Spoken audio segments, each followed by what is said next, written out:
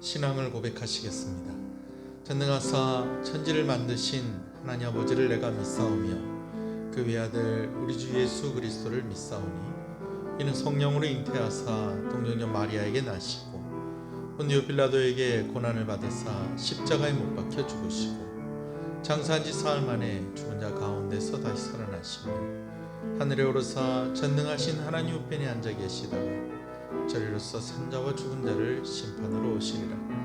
성령을 믿사오며 거룩한 공예와 성도가 서로 교통하는 것과 죄를 사해 주시는 것과 몸이 다시 사는 것과 영원히 사는 것을 믿사옵나이다. 아멘. 184장 찬송입니다.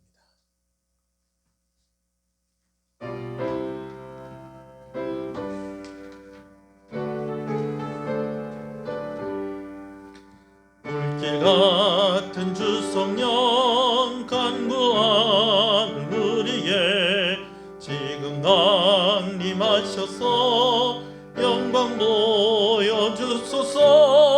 성령이 여임하사 우리 영의 소원을 만족하게 하소서. 기다리는 우리에게 불러 충만하게 하소서. 주의 제단 부리에 우리 몸과 영혼과 우리 가진 모든 것 지금 바치옵니다. 성령이 여임하사 우리 영의 소원을 만족하게 하소서. 기다리는 우리에게 불러 충만하게 하소서.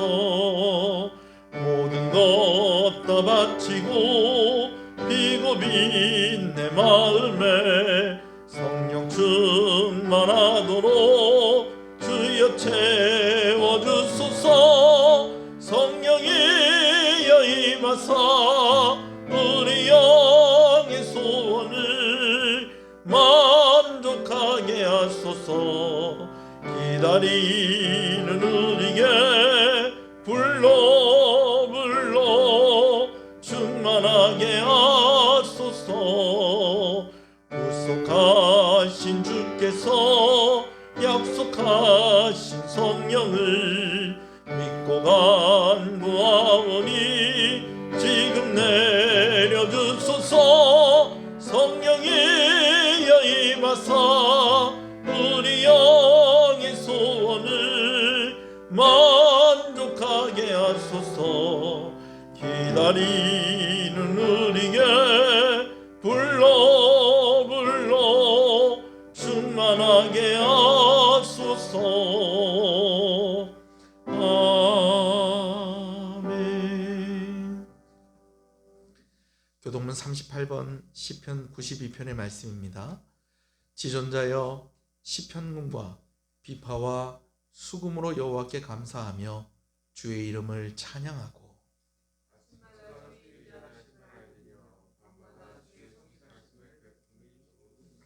여호와여 주께서 행하신 일로 나를 기쁘게 하셨으니 의인은 종려나무같이 번성하며 레바논의 백향목같이 성장하리로다.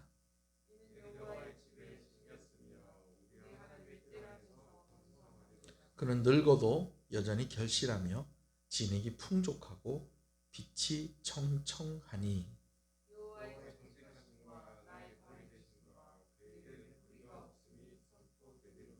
아멘. 앉으시겠습니다. 기도합니다. 하나님, 우리의 찬송과 온 세상의 모든 영광의 주인이 되신 하나님, 감사합니다. 오늘 예배로 하나님께 나오는 주일을 맞아서 우리가 주의 전에 나옵니다. 또 사정이 여의치 않아서 영상으로 또 예배로 가운데 나아가는 귀한 이들이 또한 있습니다. 우리가 어디에 있든지 간에 주의 영광을 위해 살아가게 하시고, 우리가 이 날, 이 시간, 이곳을 기억하여서 늘 주의 전을 사모하는 마음, 하나님의 임재하심, 주와 함께 연합되는 그 예배를 사모함이 우리 가운데 늘 있게 하여 주시옵소서.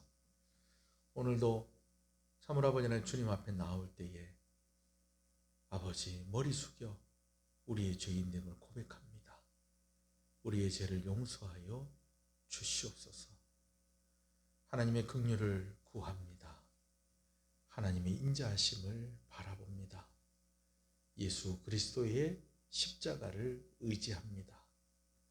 예배 가운데 인재하시며 우리 가운데 말씀하시는 성령 하나님께서 이 시간 우리의 마음을 붙잡아 주시고 우리의 영을 새롭게 하시고 선포되어지는 주의 말씀을 통하여 힘을 얻고 깨달음을 얻고 삶이 변화되어져서 오늘 우리가 이 시간뿐 아니라 우리의 삶의 전체적인 모든 영역들이 하나님께 예배가 되어줄 수 있도록 우리를 인도하여 주시옵소서.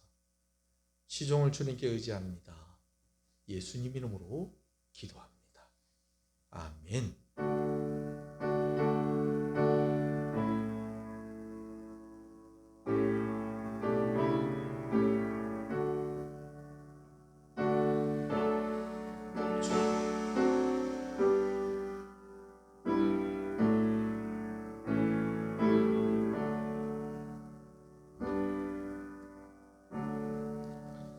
예수 사랑합니다. 우리 함께 찬양합니다.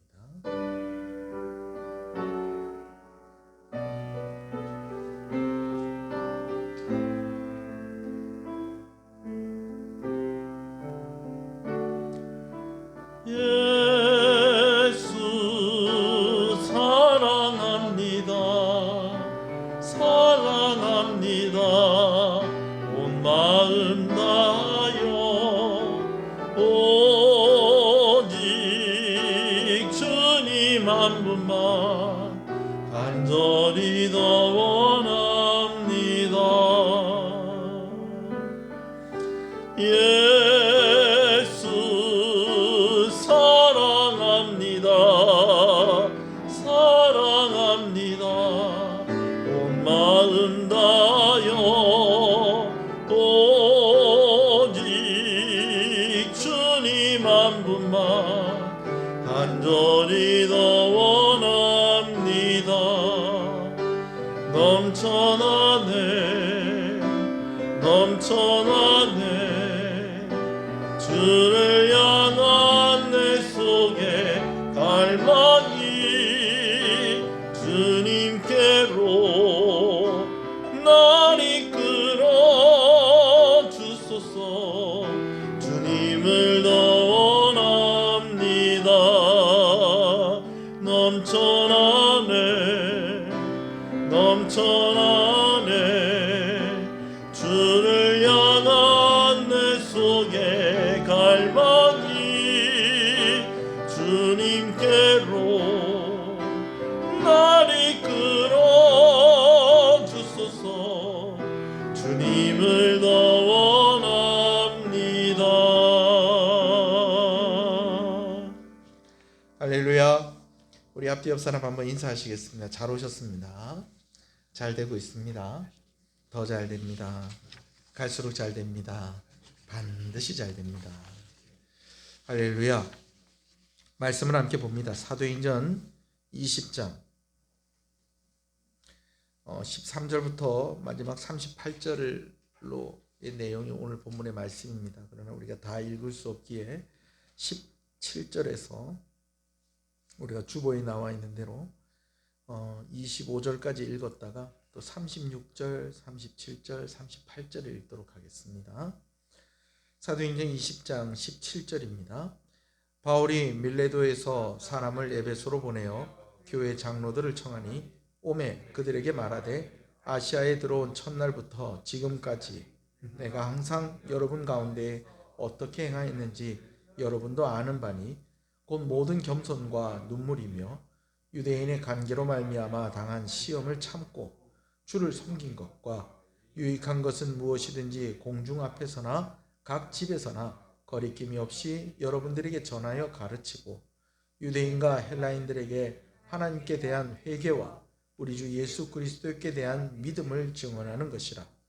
보라, 이제 나는 성령에 매여 예루살렘으로 가는데 거기서 무슨 일을 당하는지 알지 못하노라. 오직 성령이 각 성에서 내게 증언하여 결박과 환난이 나를 기다린다 하냐.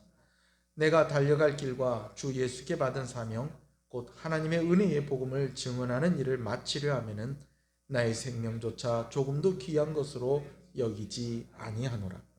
보라, 내가 여러분 중에 왕래하며 하나님의 나라를 전파하였으나 이제는 여러분이 다 내 얼굴을 다시 보지 못할 줄을 아노라.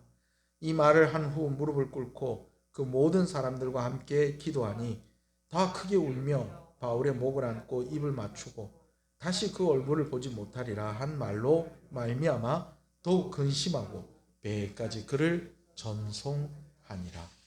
아멘. 행복 전도사로 불렸던 최윤희 씨라고 강연을 아주 참 잘하시는 분이 있었어요.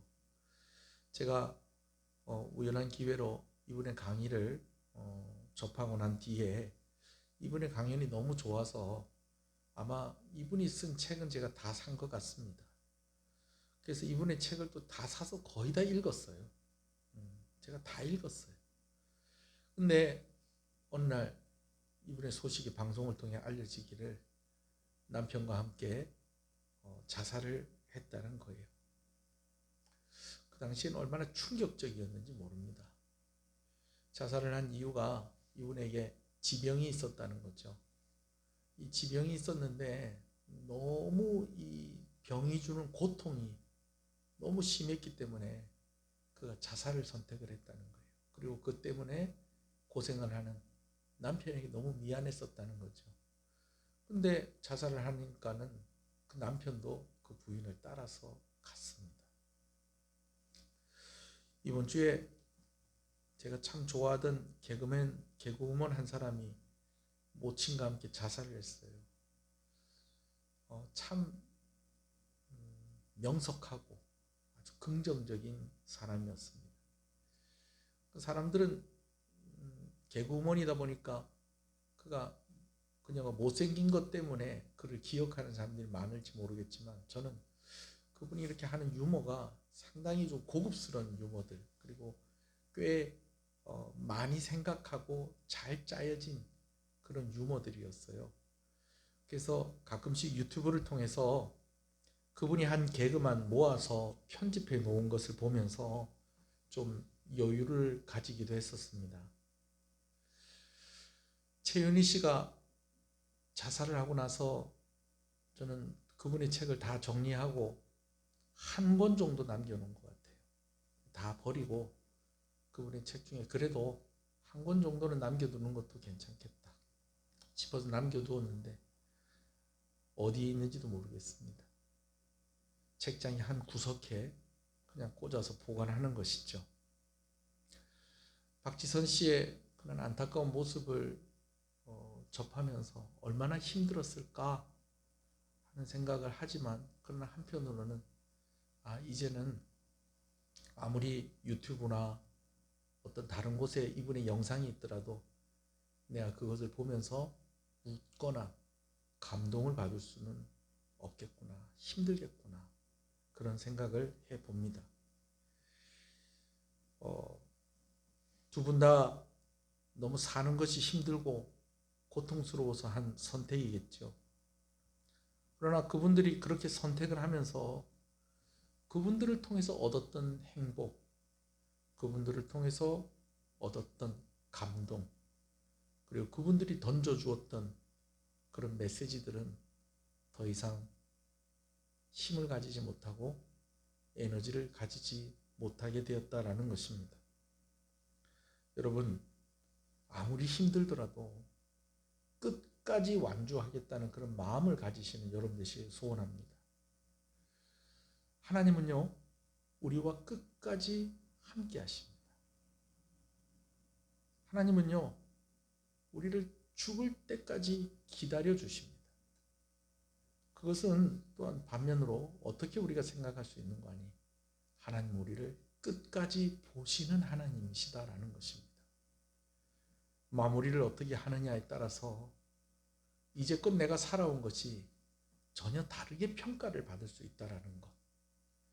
그리고 내가 마무리를 어떻게 하는 것에 따라서 내가 말하였던 그런 이야기들, 내가 보여줬던 그런 행동들이 다시 재평가되어 줄 수 있다라는 것을 꼭 기억하시고 끝까지 완주하시는 여러분 되시길 소원합니다.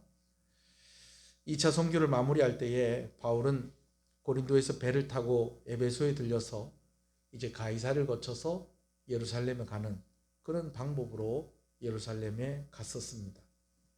3차 선교도 그렇게 마무리하는 것이 원래 바울의 계획이었습니다. 그런데 바울을 죽이려고 하는 유대인들의 계획을 바울이 알게 되었죠. 그래서 바울은 배로 가려고 하는 그 경로를 포기하고 육로로 아가야와 마게도니아를 거쳐서 이제 드로아까지 오게 되어집니다. 이제 드로아에서 배를 타고 이제 아소와 미둘로네와 기오와 사모를 거쳐서 이제 밀레도까지 갔다가 밀레도에서는 긴 항해를 해서 이제 가이사랴와 예루살렘으로 가게 되어지는 것입니다. 에베소에 들리질 않게 돼요. 중간에 에베소를 들려야 되는데 에베소 들리지 않고 그냥 곧바로 가려고 마음을 먹습니다. 그러면서 이 드로아에서 바울은 이제 일행에게 한 가지 제안을 합니다. 미둘레나와 기오와 사모까지는 섬이기 때문에 배를 타고 가야 되고 하지만 그래도 아소까지는 걸어갈 수 있는데 나 혼자 좀 아소까지는 좀 걸어갔으면 좋겠다라는 것이었습니다. 어차피 배를 타야 하는 것이고 혼자서 걸어가기에 위험하기도 하고 2박 3일은 부지런히 걸어야 하고 힘든 그런 여정이었습니다. 근데 사도 바울이 이렇게 걸어가겠다는 거예요. 그리고 일행들은 그런 사도 바울을 이해하고 사도 바울 홀로 이제 아소까지 걸어오게 됩니다. 바울은 아소에서 일행들을 다시 만나게 되었어요. 그래서 미둘레네, 기오, 사모 이 세 섬을 경유해서 이제 밀레도에 도착을 하게 되어집니다. 앞서 말씀을 드린 대로 중간에 에베소를 좀 지나갔는데 그냥 지나왔어요. 에베소에 들리지 않고 그냥 지나왔는데 그 이유가 무엇이냐? 에베소에 들려면 많이 지체되어질 것 같다라는 것이 바울의 생각이었습니다. 바울은 오순절이 되기 전까지 예루살렘에 도착하고 싶었습니다. 그래서 그가 길을 재촉을 했던 겁니다. 근데 한 가지 이해가 안 됩니다. 그럴 것 같으면 아소까지 걸어오지 말고 배를 타고 왔으면은 하루라도 더 일정이 줄지 않았겠는가라는 것입니다. 오히려 바울이 사역했었던 에베소에서는 일정이 늦어질까 봐 들리지 않고 아소까지는 그가 일부러 2박 3일을 부지런히 걸어야 되는 그 길을 선택해서 걸어왔다라는 것이 조금 앞뒤가 안 맞는 것 같습니다. 근데 바울이 이렇게 여정을 선택한 데는 다 이유가 있었다라는 것이죠. 이제 바울이 밀레도에서 긴 항해를 앞두고 그가 미리 에베소에 연락을 했습니다. 에베소의 장로들을 잠깐 밀레도까지 오라라는 것입니다. 에베소에서 한 45km 정도 떨어진 이 밀레도에까지 에베소 교회의 장로들이 찾아오게 되어집니다. 바울이 여러 사역을 했었지만 그리고 여러 사역지에서 사역을 했었지만 이 에베소는 바울의 여러 사역지 중에서도 아주 특별한 곳이었습니다. 일단은 바울이 너무너무 사역을 하고 싶었고 너무너무 가고 싶었었던 사역지였다는 것입니다. 이제는 여러분들이 계속해서 제가 말씀을 드리기 때문에 2차 선교의 첫 번째 목적지로 두었던 곳이 어디였다는 거 여러분 다 아실 겁니다. 에베소입니다. 근데 하나님께서 그 에베소에 가는 것을 허락하지 않으셨죠. 오히려 에베소로 가려고 하면은 이 앗소에서 내려가야 되는데 하나님께서는 앗소에서 위로 올라가서 드로아에까지 이르게 하셨고 이제는 더 이상 갈 곳이 없는 갈 길을 알지 못하게 된 그런 사도 바울에게 마게도니아 사람의 환상을 통해서 마게도니아와 아가야의 그런 선교의 여정으로 길을 바꾸셨고 선교의 그 길을 여셨던 하나님이었던 것을 우리가 잘 알고 있습니다. 그래서 원래는 2차 전도 때에 에베소에서 전도하려고 하는 그 마음이 간절했었는데 그리고 나름 또 에베소에 맞춰서 사도 바울이 준비를 했었을 거예요.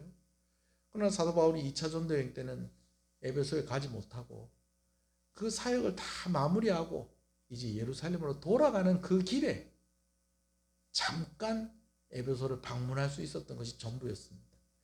근데 그곳에서 에베소 사람들을 만났을 때에 에베소를 향한 마음이 더 간절해집니다. 왜냐하면 잠깐 말씀을 전했는데 그곳에 있는 사람들이 너무너무 은혜를 받는 거예요.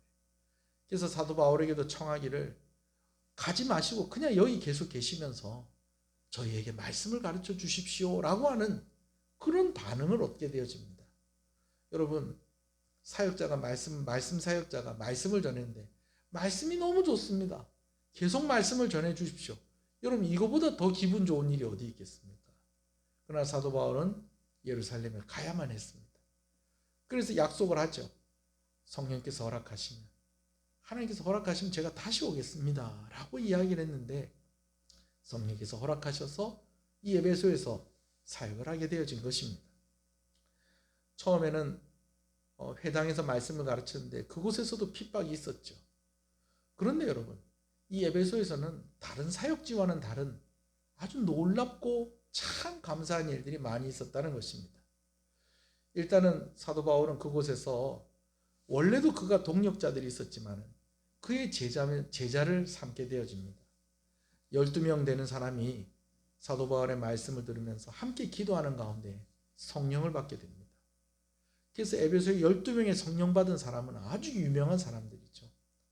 아마 오늘 청함을 받고 온 그 장로들이 대부분이 바로 그때의 그 12명이 아니었겠는가 싶습니다. 유대인들이 핍박을 했어요. 그때에 아주 사도 바울이 다른 사역지에서는 핍박이 있으면 그 사역지를 떠나서 또 다른 곳에서 사역지를 개척하는 그런 방법으로 선교를 했었는데 이제 성령 받은 이 12사람을 중심으로 해서 두란노 서원을 개설하게 되어지고 매일매일 그들을 만나서 말씀을 가르치기를 2년 동안이나 함께 했었다는 것입니다. 그러는 동안에 무엇의 기초 작업이 있었느냐? 고린도전서와 고린도 후서에 있는 내용들 그리고 로마서에 담겨질 신학적인 그런 내용들이 바로 그곳 에베소에서 두란노에서 정립이 되었다라는 것이죠.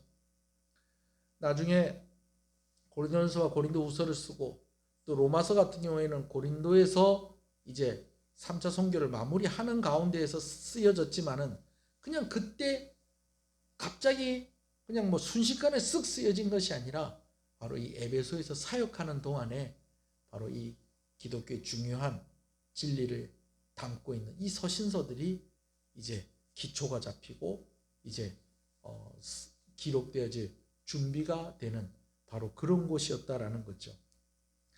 말씀을 가르칠 때에 사람들이 그 말씀에 반응을 하는 그 모습들이 다른 곳들과는 달랐습니다. 정말 순전하게 그 말씀을 받아들이는 그런 모습이 에베소에 있었고 또 성령께서 얼마나 강력하게 역사하시는지 바울이 손만 대면 병든 자들이 나음을 입고 악한 영들이 떠나가는 역사가 일어났다는 것입니다. 심지어는 사도 바울이 사용했었던 손수건, 사도 바울이 사용했었던 앞치마를 병든 자들의 몸에 얹었을 때에 그들의 병이 낫고 그들 가운데 있는 악한 영들이 떠나가는 그런 역사들도 있었던 것이 바로 에베소였던 것입니다. 사도행전에서의 에베소의 사역은 어떻게 보면 참 좋은 일들만 기록이 되어 있습니다. 그러나 사도 바울이 기록한 고린도전서, 고린도후서 그리고 로마서의 말씀 또 오늘 사도 바울이 이야기하는 그 내용들을 보면 고린도에서도 아주 어려운 일들이 많이 있었다는 것을 우리가 보게 되어집니다. 오늘 말씀에서도 사도 바울이 유대인들이 나를 참 많이 곤란하게 했었던 것을 여러분들이 아시지 않습니까? 라고 그렇게 장로들에게 이야기하는 것을 봅니다. 로마서에서도 보면 사도 바울이 에베소에서도 옥에 갇혔었던 그런 일이 있었다라는 것을 우리가 알 수가 있고요. 또 우리가 지난번에 나누었듯이 은으로 그 우상을 만들어 팔던 이 데메드리오라는 사람이 이 선동을 해서 이 사도 바울과 함께 했었던 그 일행들이 흥분한 군중들에 의해서 죽을 뻔한 그런 일촉즉발의 위기도 있었던 곳이 에베소였습니다. 에베소는 이 두 가지가 다 있었다는 거예요. 너무너무 감사한 일들도 있었고 또 한 가지는 너무너무 힘들고 어려운 일들도 있었다는 것입니다. 여러분, 그런데요, 이 두 가지를 함께 겪은 사람들은요, 정말 끈끈하고 정말 뗄래야 뗄 수 없는 아주 그런 가까운 그런 관계를 가지게 되어진다라는 것입니다.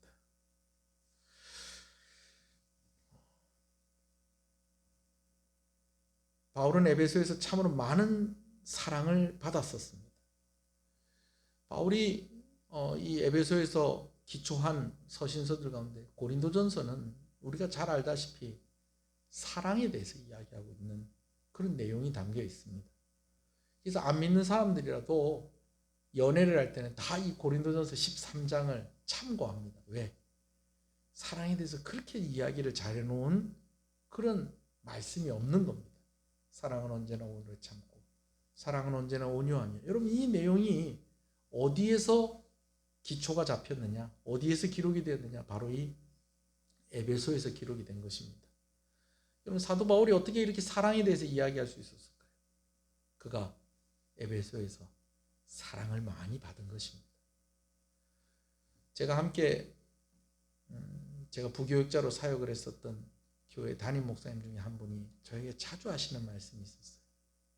그때는 전도사였으니까. 김 전도사, 사랑을 받은 사람이 사랑도 할 줄 안다. 성도에게 사랑받을 줄도 알아야 된다. 제가 여러 교회를 목회했지만 정말 그 목사님이 성도들을 정말 사랑하셨어요. 그런 목사님이 저에게 해주었던 조언이 뭐냐면, 네가 사랑을 많이 하고 싶거든, 성도들을 사랑하고 싶거든, 네가 성도에게 사랑도 좀 받아봐야 된다. 사랑받은 경험이 있어야지 사랑도 할 수 있다. 여러분, 사도 바울이 어떻게 해서 이 사랑에 대해서 기록할 수 있었을까요? 그가 사랑받았었다라는 것입니다. 어디에서? 에베소에서 그 사랑을 경험을 했었다라는 것이죠. 고린도 교회가 참 그를 힘들게 했었습니다. 에베소에서 한창 사역을 하고 있는데 고린도 교회의 말씀을 전하는 일로 파송을 받았던 아볼로가 돌아오게 되어집니다. 왜 돌아오셨습니까? 나 고린도 교회 못 있겠어요. 왜 그러세요? 교회가 4개로 갈라져 가지고요, 둘도 아니고 셋도 아니고 4수로 갈라져 가지고요, 서로 자기들이 잘났다, 자기들이 옳다라고 하면서 그러면서 싸우는데 제가 도저히 거기 더 이상은 못 있겠습니다. 교회가 문제가 얼마나 많은지 모릅니다. 교회 안에 이런 문제도 있고 이런 문제도 있고 이런 문제도 있고 사람들이 많이 모이긴 했지만 정말 고린도 교회는 제가 감당할 수 없는 교회입니다. 근데 여러분, 사도 바울이 개척한 교회가 바로 그 고린도 교회거든요. 2차 선교회의 가장 큰 결실 중에 하나가 바로 그 고린도 교회입니다. 그래서 사도 바울이 그냥 지나갈 수가 있습니까? 고린도 교회에 직접 방문을 하기도 하고 또 여러 서신을 씁니다. 우리에게 주어진 것은 고린도전서와 고린도후서지만 사도 바울의 글을 이렇게 보면, 말씀을 보면은, 기록된 서신의 내용을 이렇게 보면은 사도 바울이 어쩔 때는 엄한 편지를 쓰기도 했고 어쩔 때는 눈물로 쓴 편지를 고린도 교회에 쓰기도 했었어요.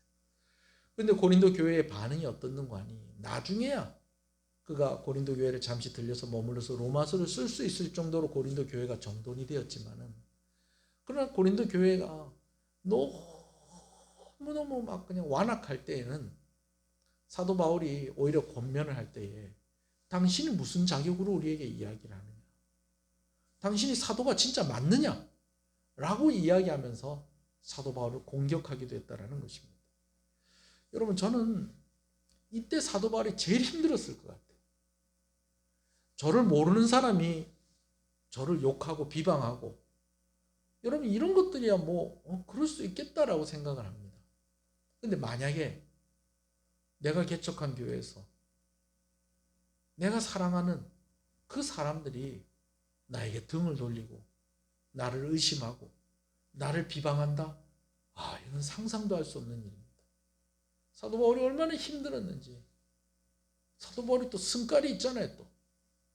그래서 고린도로 그냥 배를 타고 바로 가서 그냥 막 한바탕 하고 오고, 또 막 이렇게도 쓰고 저렇게도 쓰고 하면서 막 이렇게 고린도 교회에 그런 성도들을 좀 제자리로 돌아오게 하려면 얼마나 애를 썼습니까? 근데 여러분, 그때에 그와 함께 있었던 사람들이 있는데 바로 에베소의 교인들, 특히 성령 받은 그 에베소의 장로들이었다라는 것입니다.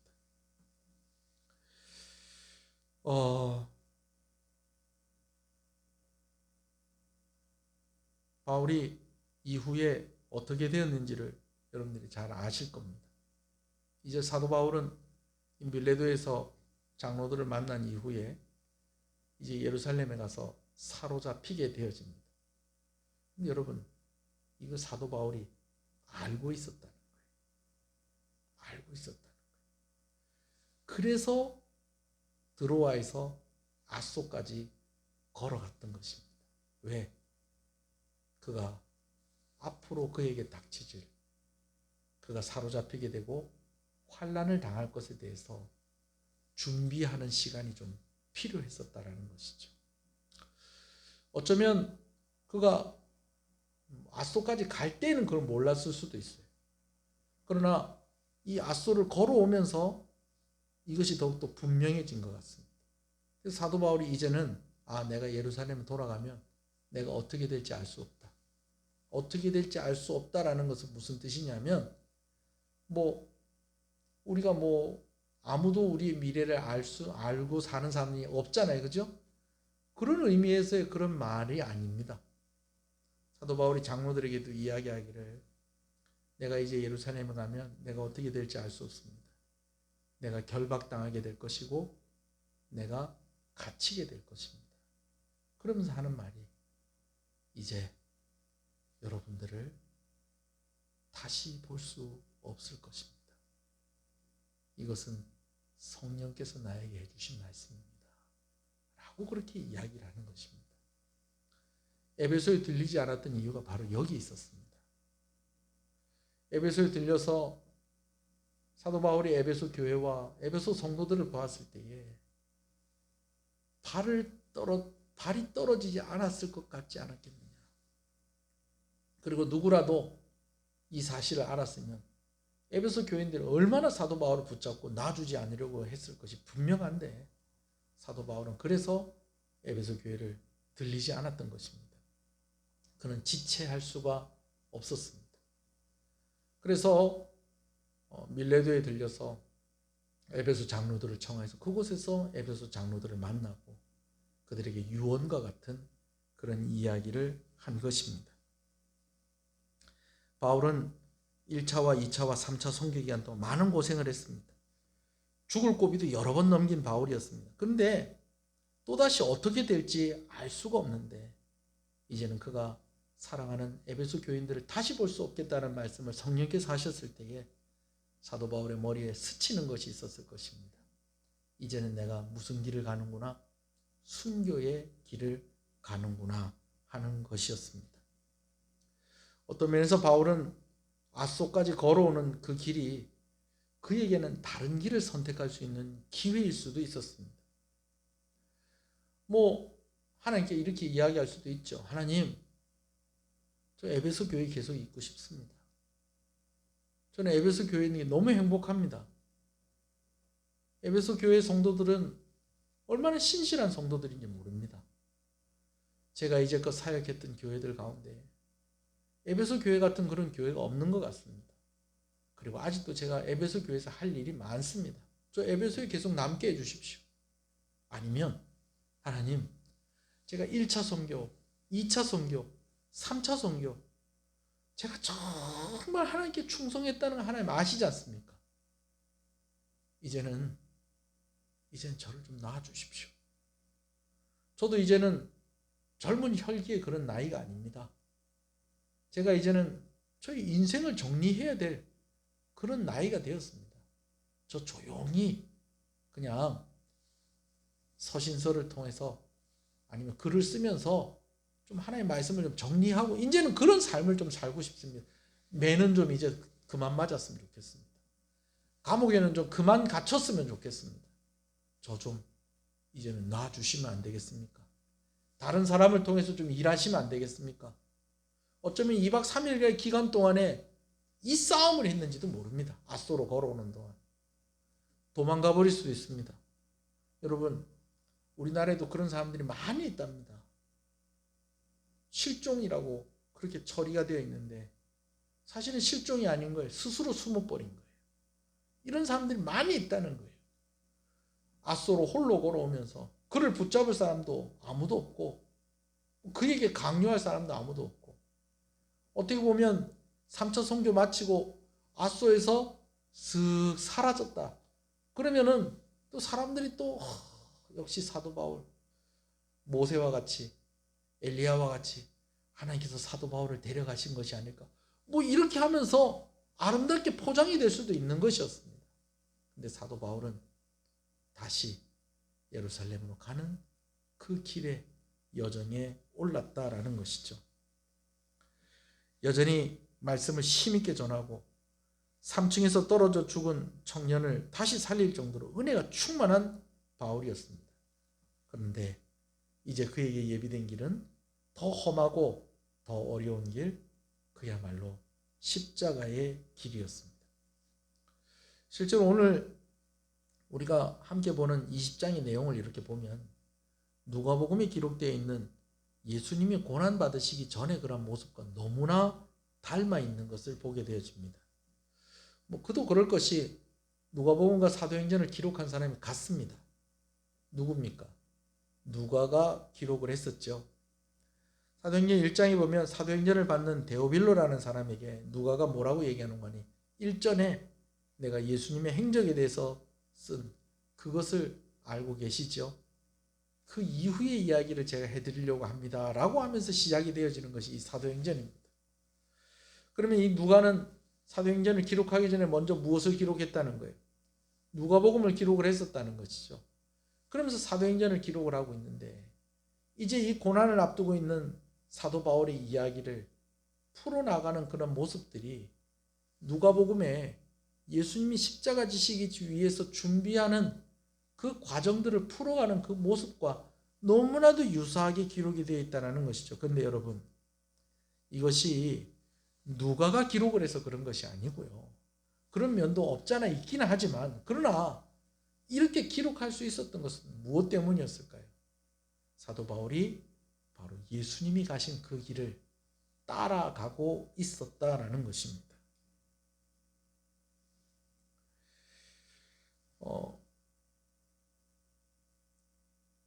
예수님의 제자들이 십자가에 달리시기 전날 밤 예수님과 함께 최후의 만찬에 있었던 것처럼 에베소의 장로들이 바울을 마지막으로 만나기 위해서 밀레도에 모였습니다. 에베소의 장로들이 밀레도에 오면서 어떤 생각이 들었을까요? 왜 에베소에 들리지 않고 그냥 지나가시는 걸까? 그러면서 또 왜 우리를 또 밀레도로 오라고 하시는 것일까? 혹시 에베소의 장로들은 언젠가는 그날이 올 것이라고 예상을 했지만 그들이 사도 바울과 영원히 작별하게 되어지는 그런 시간을 맞게 되어집니다. 우리가 한번 이 부분을 한번 읽어봤으면 좋겠어요. 우리가 아까도 읽었지만 18절에서 25절의 말씀입니다. 사도 바울이 그 에베소의 장로들을 만났을 때 했던 이야기입니다. 함께 읽습니다. 오매 그들에게 말하되 아시아에서 들어온 첫날부터 지금까지 내가 항상 여러분 가운데서 어떻게 행하였는지를 여러분들도 아는 바니 보라 이제 나는 성령에 매여 예루살렘으로 가는데 거기서 무슨 일을 당할는지 알지 못하노라. 오직 성령이 각 성에서 내게 증언하여 결박과 환난이 나를 기다린다 하시나 내가 달려갈 길과 주 예수께 받은 사명 곧 하나님의 은혜의 복음을 증언하는 일을 마치려 하면은 나의 생명조차 조금도 귀한 것으로 여기지 아니하노라. 보라, 내가 여러분 중에 왕래하며 하나님의 나라를 전파하였으나 이제는 여러분들이 다 내 얼굴을 다시 보지 못할 줄 아노라. 이렇게 설명을 듣고 이 말씀을 보니까 좀 다르지요? 저는 오늘 말씀을 준비하면서 여러 번 멈추고 또 준비하다가 멈추고 그랬습니다. 여러분 왜 그랬을까요? 이 이야기가 남 이야기 같지가 않아요. 바울과 에베소 교회 성도들이 지나온 모습이 뭐 똑같진 않지만 힘든 일도 있었고 감사한 일도 있었고 그런 모습들을 보면서 참 우리 교회의 지나온 모습을 보는 것 같은 그런 느낌을 제가 많이 받았습니다. 그래서 말씀을 준비하다가 또 멈추게 되어지고 또 준비하다가 또 멈추게 되어지고 자꾸 그렇게 되더라고요. 오늘 우리가 읽지는 않았습니다. 근데 바울이 에베소 장로들에게 부탁하고 권면하는 내용을 보면서 사역자로서 여러 가지 부끄러워지고 또 반성도 되고 감사한 생각들도 들었습니다. 시흥교회 참 감사한 사역지이고 참 고마운 성도들이라는 생각이 듭니다. 물론 제가 사도 바울과 같은 사역자다라는 것은 아닙니다. 근데 참 감사한 일도 많고 참 힘든 시간들도 있었는데 그 가운데 함께 있었던 우리 성도들 생각하니까 자꾸 울컥울컥 올라오는 겁니다. 근데 여러분 어떡하죠?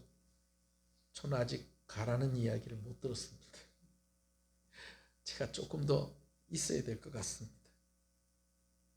그래서 오늘은 내가 없는 동안 여러분 이렇게 해주십시오. 제가 없더라도 이렇게 해주십시오 라는 그런 측면에서 사도 바울이 이야기를 나누었지만 저는 앞으로 저와 함께 이렇게 성도로서 교회로 우리가 함께 세워져 갑시다라고 하는 그 몇 가지 말씀을 드리려고 합니다. 첫 번째는요, 성령 충만에 대해서 제가 다시 한번 말씀을 드립니다. 여러분 성령 충만이 무엇일까요? 사도행전을 보면서 계속해서 여러분들에게 강조하는 것이 있습니다. 성령 충만은 놀라운 능력과 성공을 보장하는 도구쯤으로 우리가 그렇게 생각해야 될 것이 아니라는 것입니다. 성령 충만하면 놀라운 능력을 행할 수 있게 되어진다. 성령을 충만하면 성공한다. 성공할 수 있다. 여러분 그런 것으로 성령 충만을 생각하는 것은 크게 오해하고 있는 것입니다. 오히려 사도행전이 보여주는 성령의 충만함이 있다는 것입니다. 그것은 바로 오늘 사도 바울의 모습입니다.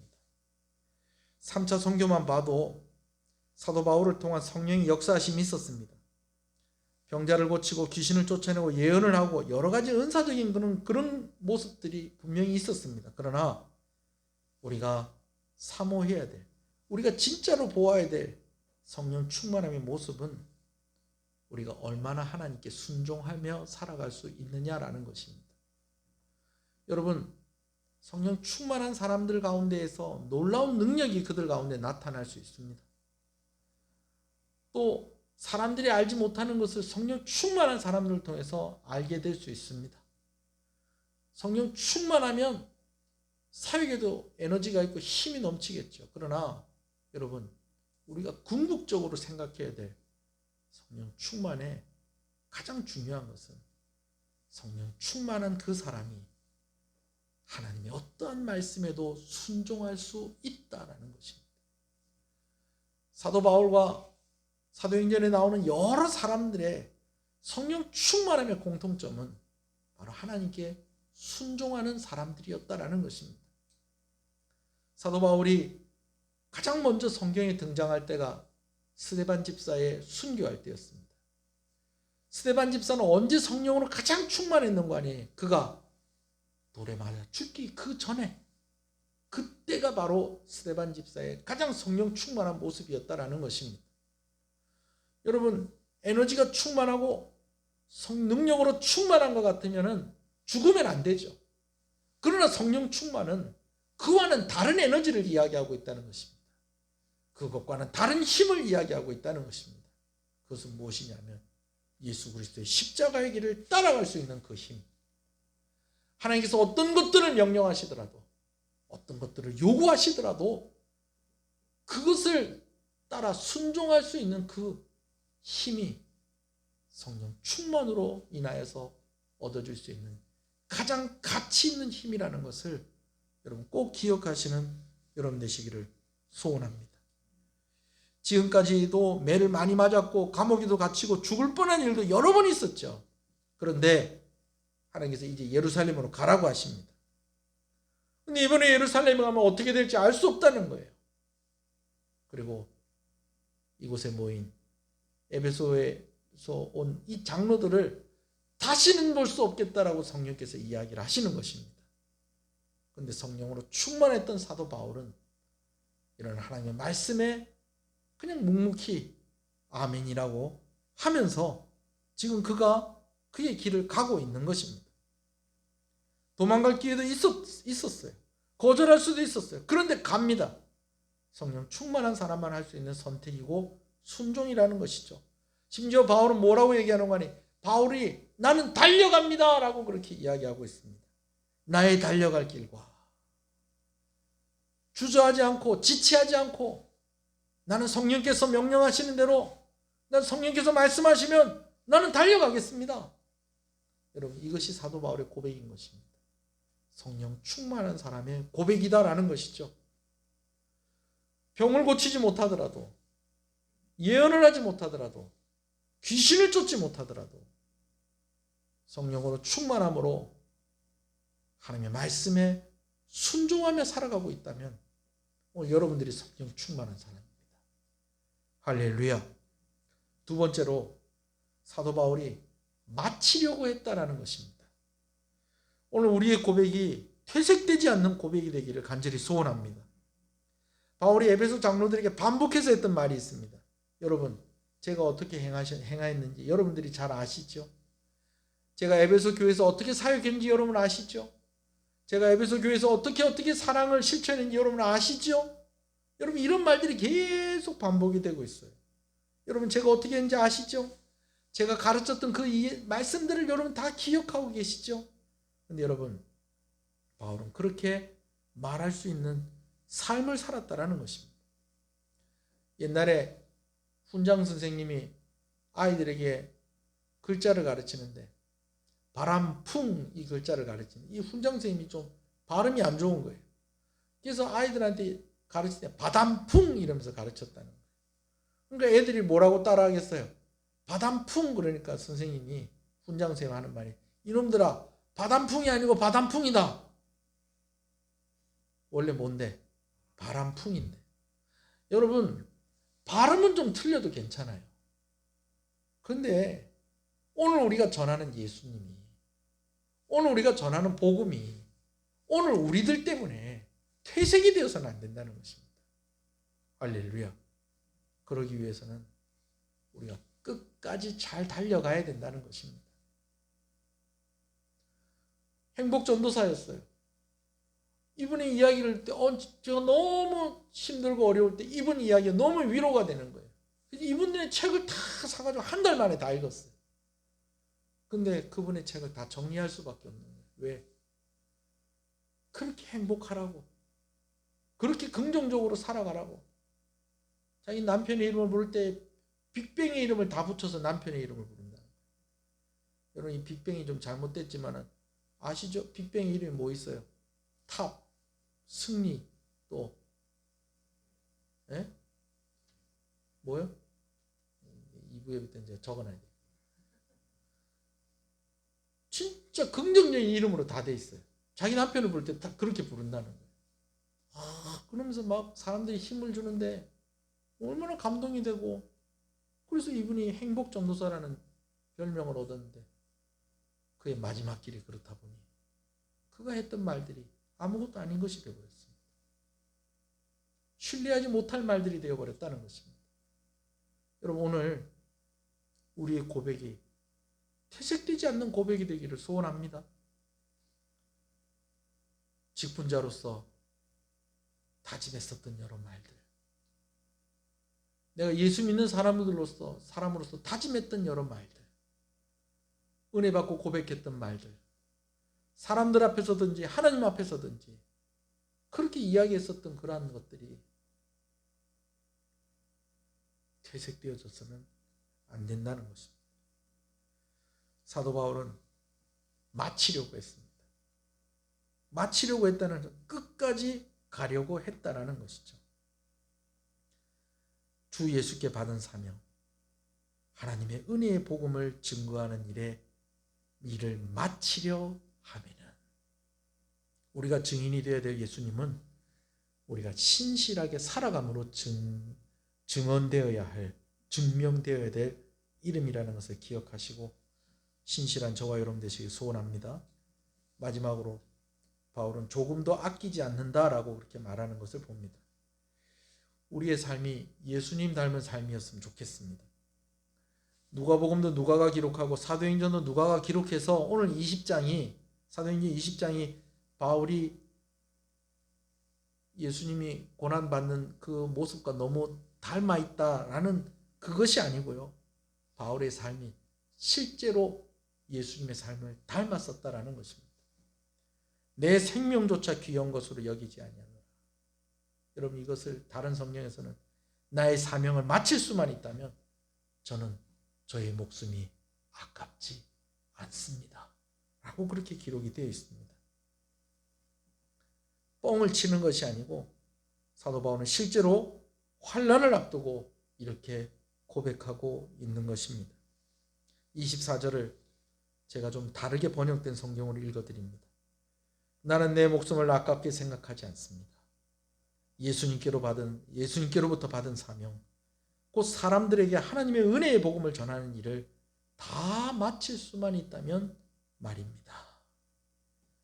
주님이 가신 그 길을 끝까지 따라가서 그 길의 끝에서 주님을 만나시는 저와 여러분 되시기를 간절히 소원합니다.